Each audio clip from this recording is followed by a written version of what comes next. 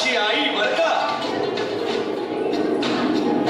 नजरेत तिच्या अंगार दरबार झाला गपगार. कुणी घेईना पुढाकार, साऱ्यांनीच मानली हार. इतक्यात अचानक एक सरदार उठला, बोलला, हम लाएंगे शिवाजी को. आणि त्यानं विडा उचलला.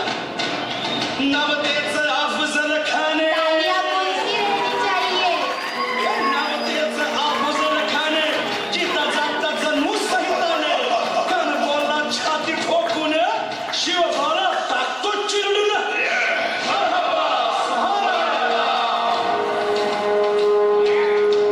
कौतिक झालं दरबाराचे.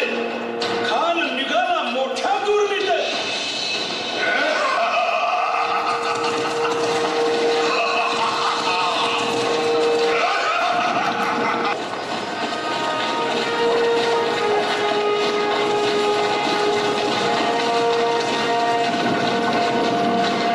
वाटेत भेटेल त्याला चिरडी खेचीत खानाची सेना निघाली.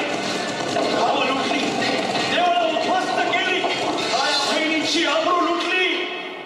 कोण कोण रोखणार हे वादळ?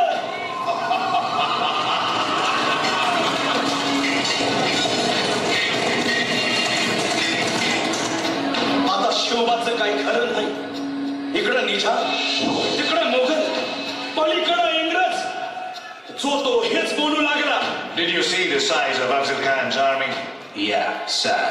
But the line of the mountains is dead. राजाची सेना मुठभर, खानाला कसा ठोपणार?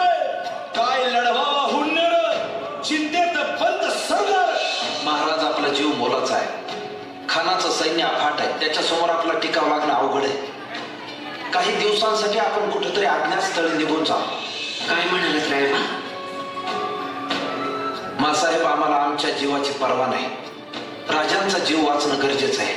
रायबा, शिवबा केवळ आमचा पुत्र नाही, तर अवघ्या मराठी जनांचा स्वाभिमान आहे.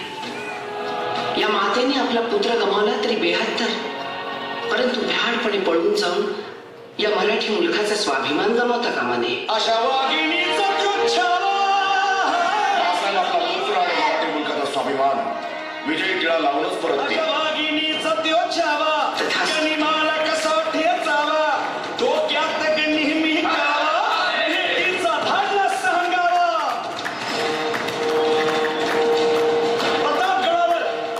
प्रतापगडावर आमने सामने भेटीचा सांगावा. खाली बैठे अन करील काही कल्पना युक्तीची. हजी जी जी राज, जीवा महाल आल्या. करील काय कल्पना युक्तीची. हजी जी जी. या जीवा काय म्हणतोय खान?